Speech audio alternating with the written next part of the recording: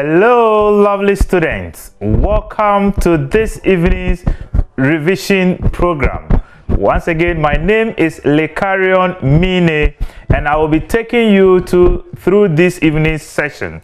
We will be looking at another aspect of the theory of the firm. That is, we've been looking at the market structure, and in our last discussion, we looked at the monopoly.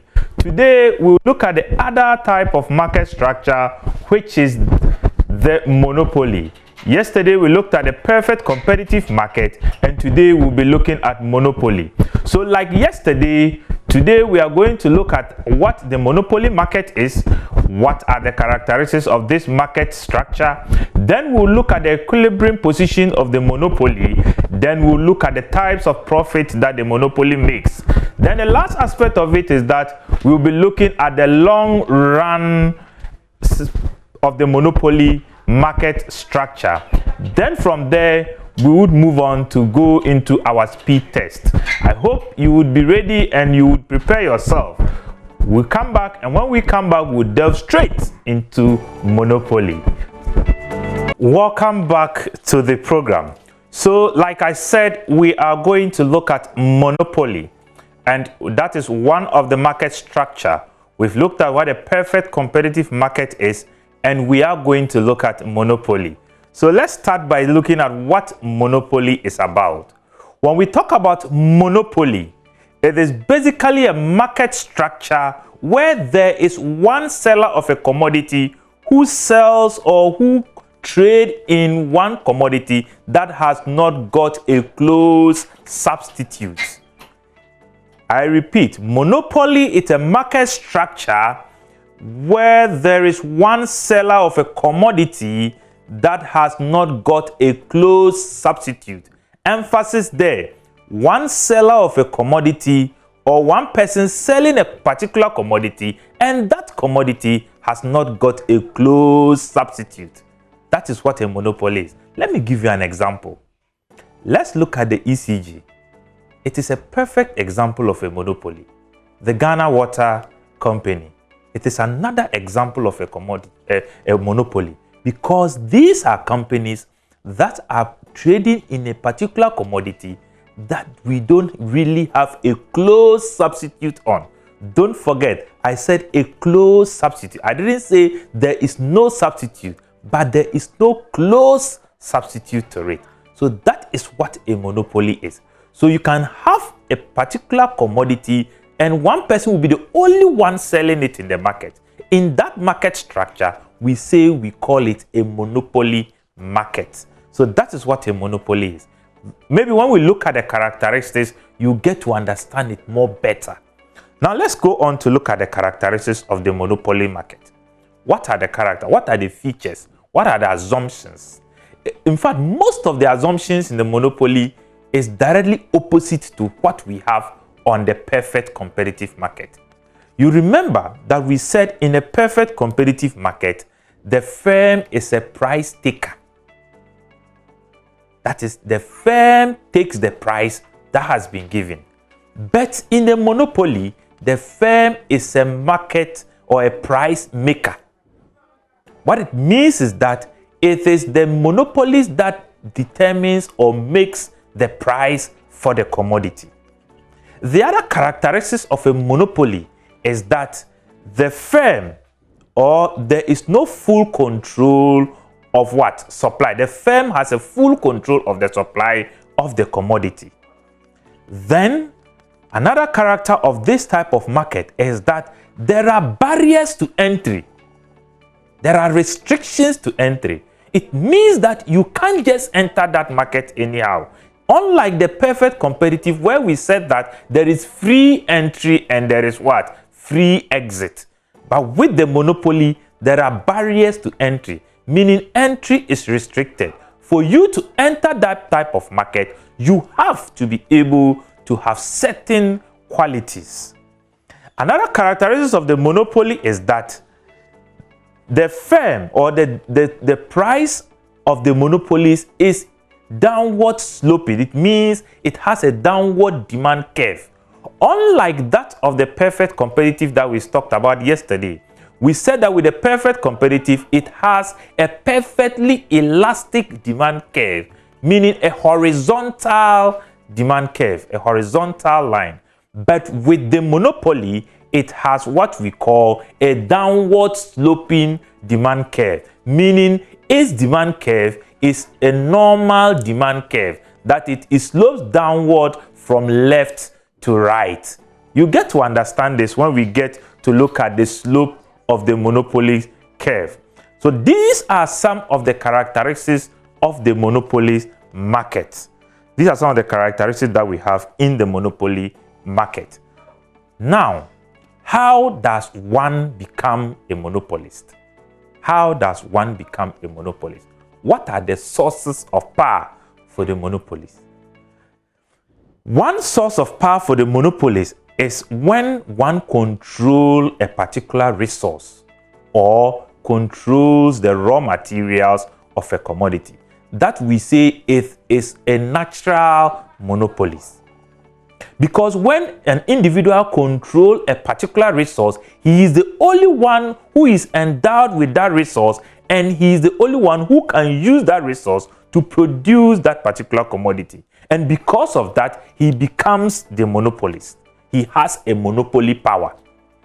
So if resources needed for production for a particular commodity is controlled by an individual, then we say the person becomes a monopolist. Let's take an example. Let's assume a community has a mineral resource, and that mineral resource is controlled by a single individual.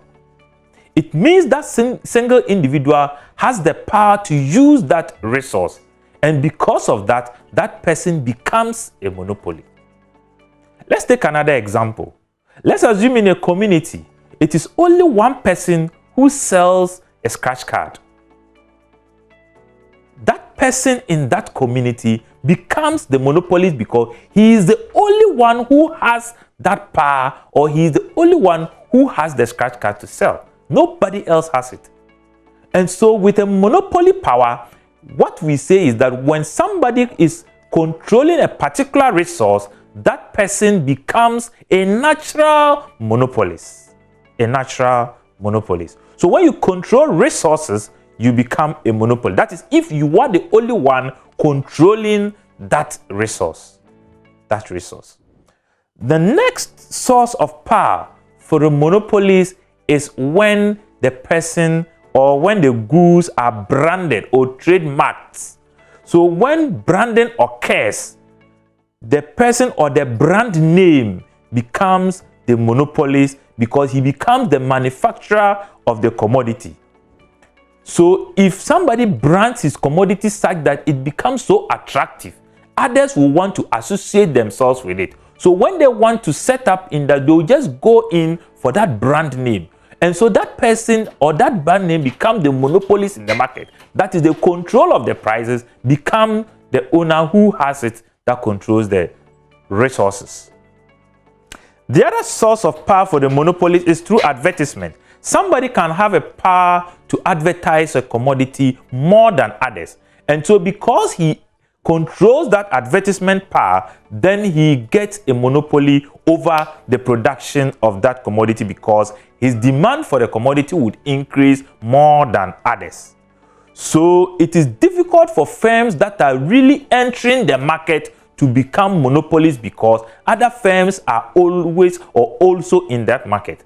So assuming you decide to enter into the telecommunication industry and you want to also set up a network or a telecom network, and you set up one, it will become difficult for you because others have got into that market. They've branded themselves well. The MTNs, the Vodafone, the Airtel, Tigo, they've branded themselves very well. And so when you are a new entrant into that market, it becomes difficult for you because they have enough advertisement. You go everywhere, you see their billboards, you see a lot of promotions, you see a lot of adverts. And so through that, that company becomes the monopolist of the commodity. That is another source of power for the monopolist. Then sometimes too, government can deliberately set in policies to give monopoly power to certain industries. Government can, through their policies, that is, they can decide to give a tax waiver. Sometimes they can also give stringent tax policies to other people who are entering into that business, and that would prevent or deter new entrants into that business. And so the one that is already in it becomes the monopoly for that market. An example is the ECG. It will be very difficult for a single individual to set up an equivalent firm such as the Electricity Company of Ghana or the Ghana Water Company. It will be very difficult. And so through government deliberate policies, we can have what we call a monopoly in place. Another source of power for the monopoly is through mergers. Mergers, that is when companies come together. So mergers will occur when a number of firms or smaller firms come together to eliminate the idea of competition, or to even eliminate competition and improve efficiency. That is what mergers is. So when companies or smaller ones put themselves together into a big company, then we realize that that company becomes one company that becomes a monopoly power. So these are some of the sources of monopoly that we know. Okay, so having looked at the characteristics of the monopoly market and having looked at the source of power for the monopoly, let's now go into the revenue under the monopoly. The revenue under the monopoly. And let's see how it looks like. Now, I would present this table and we'll do this calculation, and from there we'll get to understand the revenue situation of the monopoly.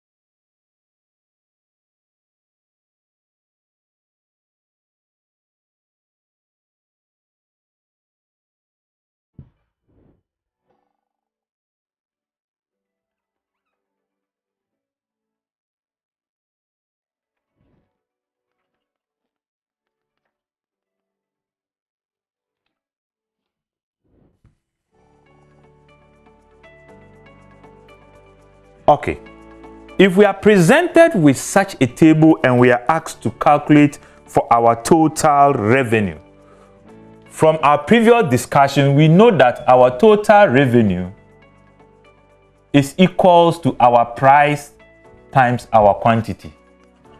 Our price times our quantity. And so to get that, that becomes the output of 1, which is the quantity, multiplied by the price, which would give you 9. The next one will be the output of 2 multiplied by the price, which is 8, which would give us 16. And the next one will be 3 multiplied by 7, which would give us 21. Then 4 multiplied by 6, which will give us 24. And then 5 multiplied by 5, which would give us 25. Then the next one will be 6 multiplied by 4, which would give us 24. Then 7 multiplied by 3, which will give us 21. And then the next one will be 8 multiplied by 2, which will give us 16. That is how we get our total revenue. I believe this should not be a problem because we have looked at how to get total revenue. Okay, so let's see the next column, which is our average revenue. And we said that our average revenue is equals to our total revenue over our quantity. That's our average revenue. Our total revenue over our quantity. Now, what is our average revenue here? For the first one is going to be 9 which is our total revenue, over 1, which will give us 9. So the first one will give us 9. Then the next one is going to be 16 divided by 2, which will give us 8. Then the next one is going to be 21 divided by 3, which would give us 7. Then the next one will be 6. And then the next one will be 5. Then the next one will be 4. Then 3. And then the very last one will be 2. Now with our marginal revenue, we have explained that with our marginal revenue, it is our change in total revenue over our change in quantity. So our marginal revenue is equals to our change in total revenue over our change in quantity. And our total revenue, it means that it's our current total revenue minus our previous total revenue over our current quantity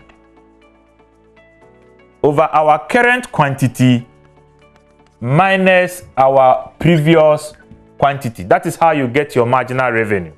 And so if you pick the first one, the marginal revenue will be 9. The second one will be the total revenue, which is 16 minus 9, which will give us 7. Then the next one would give us 5. That is the 20. So it would be 21 minus 16 over the output, which is 3 minus 2, which would give us 5 over 1, which is the same as 5. So the next one you will get 3. If you use this same formula, you are going to get 1, then minus 1, and then minus 3, and the very last one will give you minus 5 or negative 5.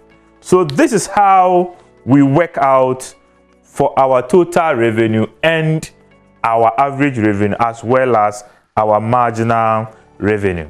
Now I wanted us to do this so that we would look at the relationship between the price, the total revenue, the average revenue, as well as the marginal revenue. So this is what we'll look at. We'll first compare the price to the quantity. Now, if you compare the price to the quantity, what you realize is that at price 9, the quantity that was bought was 1. Now, at price 8, the quantity that was bought is 2. At price 7, the quantity is 3. So what you've realized is that when the quantity is increasing, the price is also decreasing. So when the quantity is increasing, our price decreases. That's one thing you should realize. So because if you look at price 9, they are buying 1 because it was high. Then at 2, they are buying 8. At 3, they are buying 7. At 4, they are buying 6. So that is what you get. Now, when you do that and you want to draw a graph on it, you will get the slope of the demand curve. Because the slope of the demand curve, or the normal demand curve, says that there is a what? A downward sloping, an inverse relationship between the price and the quantity demanded. So if this is going to be our quantity demanded line and this is our price, and we want to draw the slope of this, then we are going to get something like this. So this is going to be our price. That's what we are going to get. So for the monopoly, that is how the price looks like. It is not like the perfect competitive market. With a perfect competitive market, when we did that yesterday, we realized that the slope of the perfect competitive market is perfectly elastic, meaning it is a horizontal line. So yesterday when we did it, we had a straight line this way. So the difference between the monopolies and the perfect competitive market is that whilst the monopoly has a downward sloping demand curve, the perfect competitive has a perfectly elastic demand curve. Okay, so that is what you need to know. Okay, so now we finish with the price. Let's look at that of the average revenue and then the quantity. if you look at the average revenue as well, you'd realize that when the average revenue was 9, the quantity was what? And when the quantity was 2, the average revenue reduced to 8. When the quantity increased to 3, the average revenue reduced to 7. When the quantity increased to 4, the average revenue reduced to 6. When the quantity increased to 5, the average revenue became reduced to 5. When it increased to 6, it reduced to 4. When it increased to 7, it reduced to 3. And when it increased to 8, it reduced to 2. So you also realize that with the average revenue, you have a downward sloping demand curve. In other words, you are going to have the same thing that we have with respect to the price. So you are going to get something like this as your average revenue.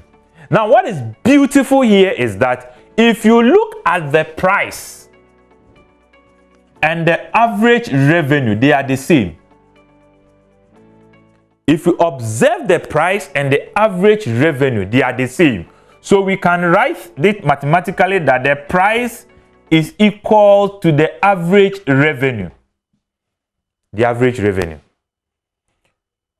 In the monopolist market, because if you observe, this is 9, this is also 9, this is 8, this is 8, this is 7, this is 7, this is 6, this is 6, this is 5, this is 5, 4, 4, 3, and 3, and the last one, 2, 2. So it is the same. So if we draw a slope of the monopoly demand curve, you would realize that the price is equal to the average revenue. So when you see a demand curve of a market structure which is downward sloping like this, then the price is the same as the average revenue with respect to the monopoly. With respect to it means it shares almost the same characteristics with the perfect competitive market. Because with a perfect competitive market, we said that because it has a perfectly elastic demand curve, the price is also the same as the average revenue. So yesterday, I remember I told you the price is 2, the average revenue is also 2. Okay? So these are the things that you need to understand with the monopoly. With the monopoly. Okay, so now we've established that with the monopoly, the price is the same as the average revenue. The price is the same as the average revenue. That is what happens with the monopoly. That's what happens with the monopoly. Okay, so let's look at that of the marginal revenue. The marginal revenue. Now, if we have our marginal revenue here,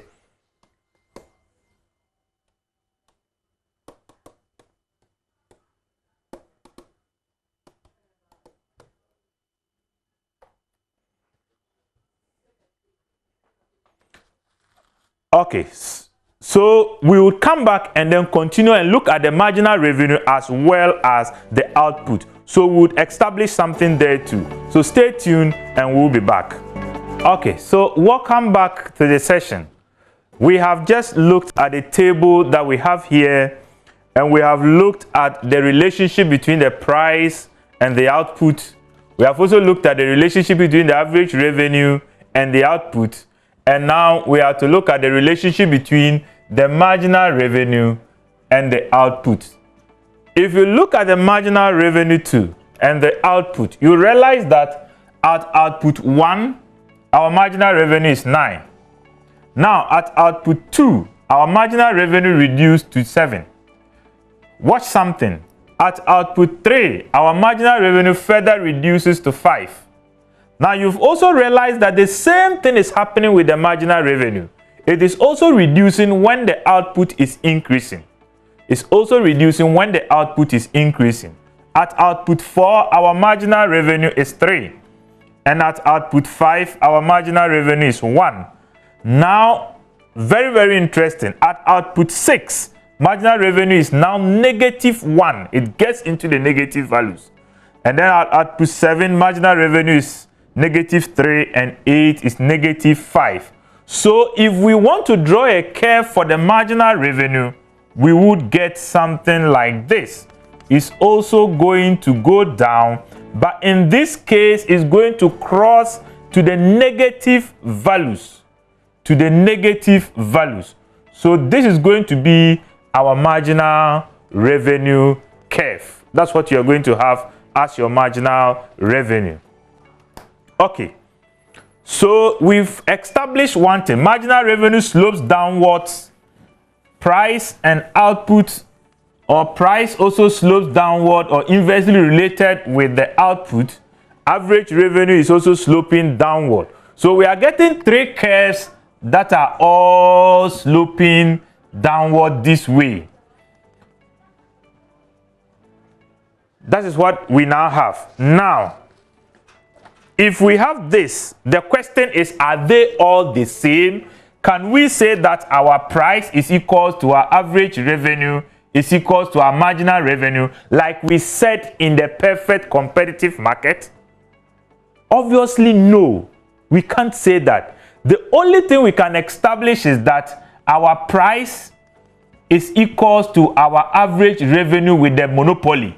That one we can establish that, because looking at the values of the price and that of the average revenue, they are the same. So in the monopoly, we say that our price is equal to our average revenue, but it is not equal to our marginal revenue.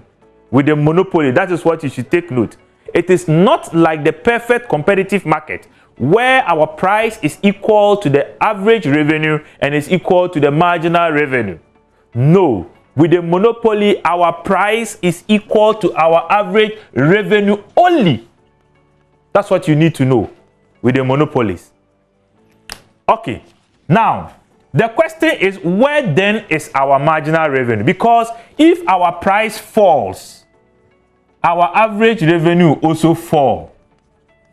Now the question I am asking is, where will we place our marginal revenue? Now, if we then go into the relationship between our marginal revenue and our average revenue. That's very important, very, very necessary, because they are not the same, even though they are all downward sloping. Now, if you observe your marginal revenue well, it goes down, it slopes or it decreases.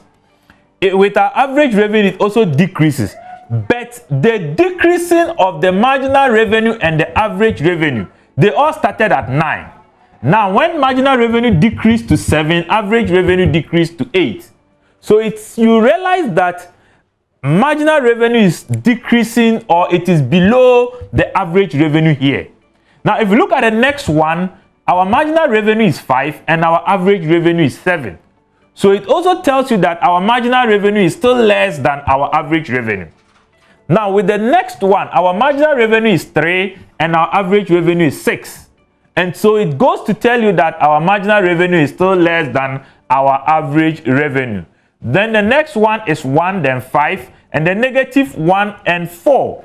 Then it goes on to negative 3 and then 3, and then to negative 5 and 2. So it is established that our marginal revenue is below our average revenue. So from this, you would realize that our marginal revenue is below our average revenue. Our average revenue. Very, very necessary for you to know that. So if you are drawing a monopoly curve, or the marginal revenue for a monopolist and the average revenue, you now know that your marginal revenue is below the average revenue. So your marginal revenue cannot be above your average revenue with the monopolist. So when you draw it, you will get something like this. You will get your average revenue going down this way, and you will get your marginal revenue. They all started at 9. That's where they started. So it also starts here, but this time around it goes below into the negative values. So this is how you will get your monopoly average revenue and the marginal revenue, as well as the price. Okay. Now, having established this, and you know how they slope, then it means that we are good to go, because the only difference with this and the perfect competitive market is that with the perfect competitive market, we said that our price is equal to our average revenue and is equal to our price. Sorry, our marginal revenue. That we said yesterday. So when you draw it, you would get something like this, a very straight line, which is your price. So this straight line is price is equal to average revenue and is equal to marginal revenue. Now, when you compare it to the monopoly, they are not the same. They are not the same. They are not the same. So that is what you should know. The only similarities is that whilst our price is equal to our average revenue in the perfect competitive market, in our monopoly market, it is also the same. Our price is also equal to our average revenue. That's the only thing that is the same or similar with that of the perfect competitive market. So if you get a question and we tell you that the average revenue of the market in the monopoly is 5, and we ask you to calculate the total revenue of the market, please just know that our average revenue in the monopoly market is the same as the price. So if you want to get the total revenue, then it is going to be your what? Your price multiplied by your quantity. Your price multiplied by your quantity. Okay, so that is what you should take note of. Now, having done the revenue concept and you getting to know how our monopoly works, let's now look at the putting the three together. That is our total revenue, our marginal revenue, and our price.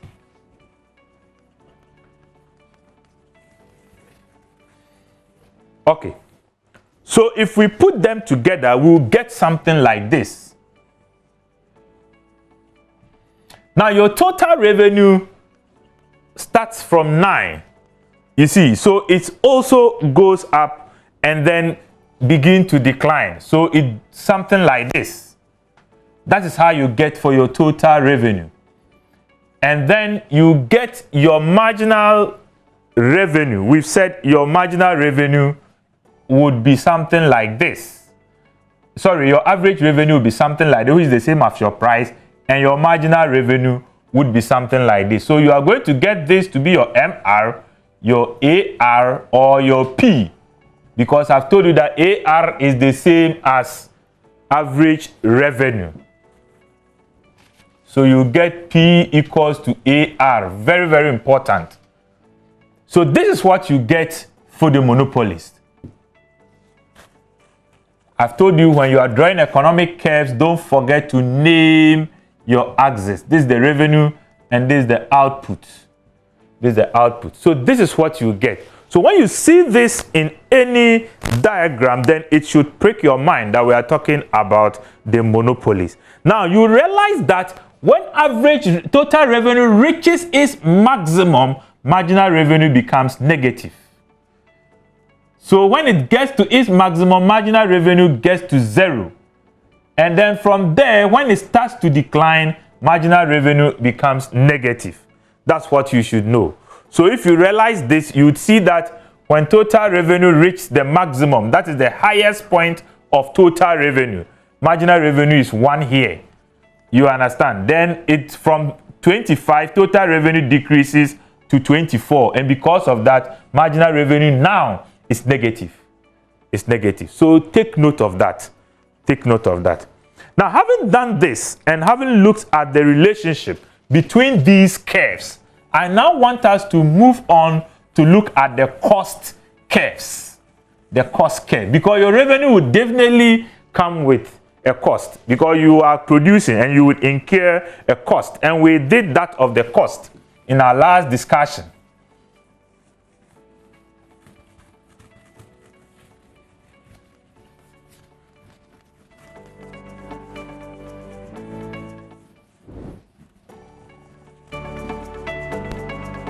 Now, to look at the cost, we have said that there are 3 curves that are U-shaped in the cost curves. We said that we have 3 curves that are U-shaped. Yesterday, I mentioned that. The relationship between these curves, we did that, but we'll do that again, so don't worry. So the 3 curves that are U-shaped is the average cost curve, the average variable cost curve, and the marginal cost curve. These are the three curves that are U-shaped. The average cost curve, so all of them, they go down initially, gets to its minimum, and begin to rise again. So this is what I mean by the U-shape. You see that it looks like a U. It looks like a U. So we now know that that is what it means. And we know that our average variable cost is one part of the average fixed cost. Sorry, the average cost. Because our average cost is equal to our average fixed cost plus our average variable cost. So this is one part of it. The average fixed cost is not U-shaped. And I think we explained that. We said that one is downward sloping. That is, it goes down with the output because that is fixed. So that is what we mean. Now, it means that if average cost is equal to average fixed cost plus average variable cost, then it means that there is no way that average variable cost can be greater than average fixed cost. Sorry, than average cost. There's no way it can be greater. There is no way that average variable cost can be greater than average cost, because average cost is a product of average variable cost and average fixed cost. Because assuming our average fixed cost is 3 and our average variable cost is 2, then it means that our average cost is going to be 5.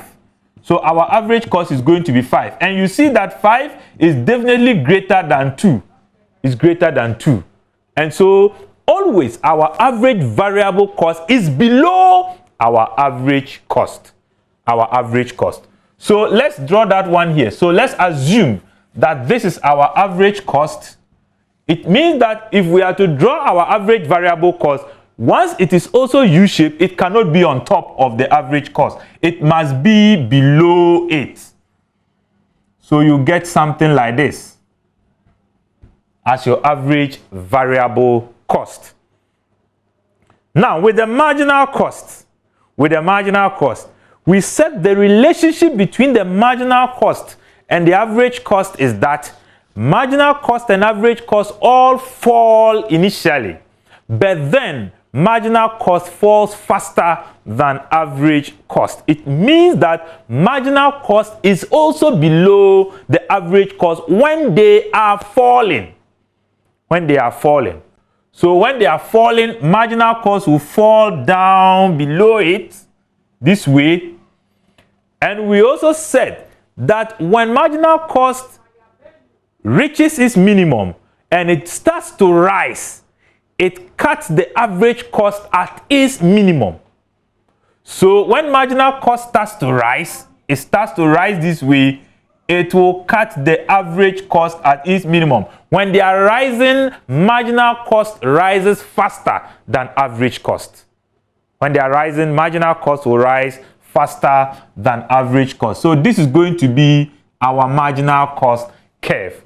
So these are the curves I want you to take note of. Very, very important, because we will start to use them. We'll begin to use them when we start looking at certain parts of the analysis of the monopolist. So now you know how the revenue curves are, or you know how the behavior of the revenue is in the monopoly. You also know how the cost curves are. So that will lead us to our next part of the monopoly, that is the equilibrium of the monopolies. That is the short-run equilibrium analysis of the monopolies. The short-run equilibrium analysis of the monopolies. Okay.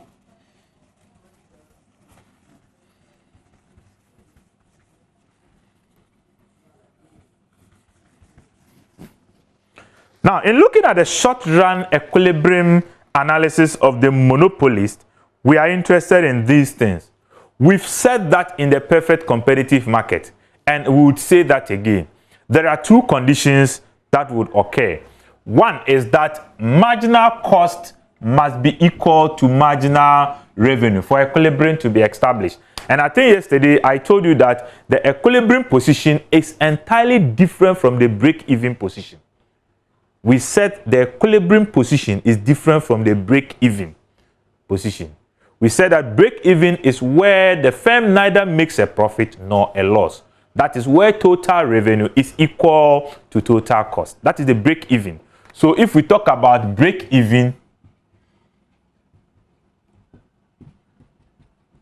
it's where total cost is equal to total revenue, or total revenue is equal to total cost. That is the break even. The equilibrium position is where marginal cost is equal to marginal revenue. Marginal cost is equal to marginal revenue. But then, take note, this is one condition. The second condition is that marginal cost must be rising.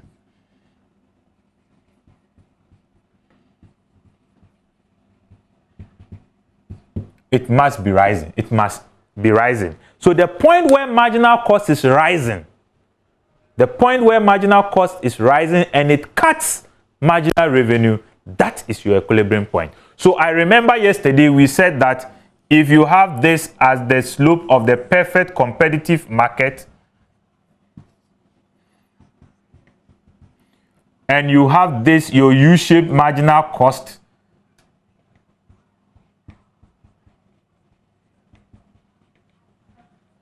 then your equilibrium position is here and here. So this is A and this is B. And if you look at it, A meets the first condition, but does not meet the second condition. So that is not the equilibrium position. So your equilibrium position is the B, where it is rising. So when marginal cost rises and it meets, you trace it to the output. At that output level is the equilibrium position of the firm. That means that is the point where the firm maximizes its profit. Maximizes its profit. Okay, so it's the same principle with the monopoly.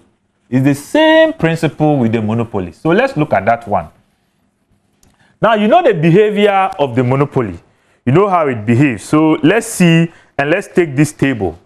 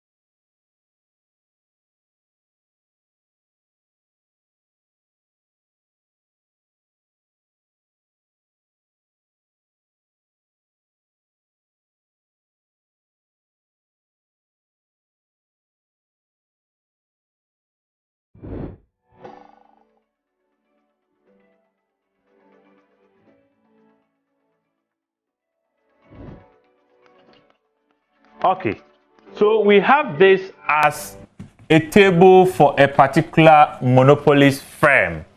You see, we have the marginal revenue and the marginal cost, and then we also have the output. So we want to establish the equilibrium position of the firm.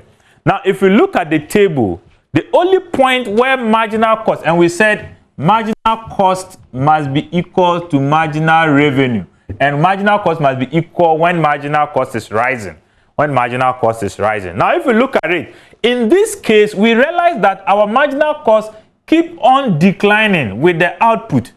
With the output. That is, if you compare the output and the marginal cost, you realize that there is an inverse relationship. Meaning when the output is increasing, marginal cost is also decreasing. So it's like a downward sloping. But then there is an equilibrium point that can be established. If you realize this at the fourth level, or the fourth level of production, the marginal cost is 3, and the marginal revenue is 3, and the marginal cost is also 3. So that is our equilibrium output level 4. So in a question, when we ask you what is the profit maximizing output level of the firm, then that is the point where marginal cost is equal to marginal revenue, and that is output level 4. The question will be the profit maximizing output, and that is output level 4. Now, let's put that on a graph. If you put that on a graph, you realize that your marginal revenue falls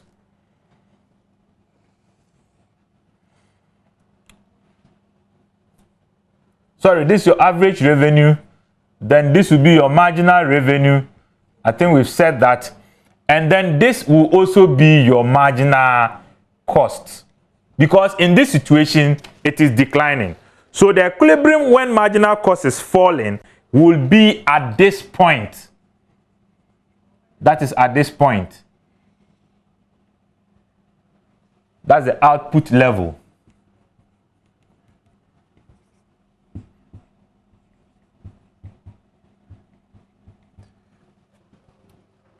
And this will be the equilibrium price. Sorry, the equilibrium. If you trace this upwards, this is going to be the price, because this line is the price. So if you trace the equilibrium point upwards, you are going to get your equilibrium price here. Don't make a mistake and assume that the point where the equilibrium is, when you trace it there, that is your no. That will be your marginal revenue. That will be your marginal revenue, not your average revenue, because your average revenue is up. So you need to trace it upward. When you trace it upward, where it meets the average revenue, you trace it to the cost of it or the value attached to it, and that will be your average revenue, or better still, your price. So take note of that. Okay.